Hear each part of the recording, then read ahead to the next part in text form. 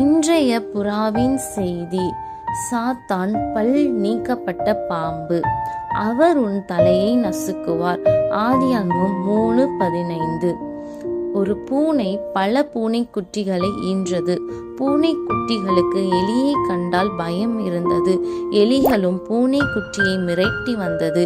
இதை கவனித்து வந்த தாய் பூனை ஒரு நாள் ஒரு பெரிய எலியை அடித்து புற்றுயிராக்கி பூனைகளிடம் போட்டது. பூனைக்குட்டிகள் புற்றுயிராய் கிடந்த எலியை கொன்று தின்றனர். இதன் மூலம் பூனைக்குட்டிகளுக்கு எலியை குறித்த பயம் நீங்கி அவைகளை வேட்டையாட ஆரம்பித்தனர்.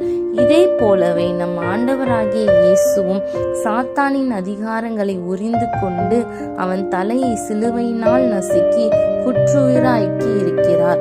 முழுவதும் நம் காலில் நசுக்குவதற்கு அவரது பிள்ளைகளாகிய நமக்கு முழு அதிகாரம் கொடுத்திருக்கிறார். நாம் அந்த அதிகாரத்தை பயன்படுத்தி சாத்தானை துரத்தி அவன் கிரியைகளை அழிப்போம். சாத்தான் பல் நீக்கப்பட்ட பாம்பு. நம் பயத்தை முற்றிலும் நீக்குவோம். சாத்தானை காலின் கீழ் நசுக்குவோம்.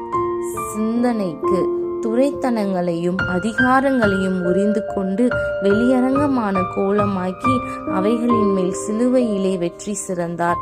இதோ சர்ப்பங்களையும் தேள்களையும் மிதிக்கவும் சத்துருனுடைய சகல வல்லமையையும் மேற்கொள்ளவும் உங்களுக்கு அதிகாரம் கொடுக்கிறேன். ஒன்றும் உங்களை சேதப்படுத்த மாட்டாது. ஆகையால் தேவனுக்கு கீழ்ப்படிந்திருங்கள். பிசாசுக்கு எதிர்த்து நில்லுங்கள்.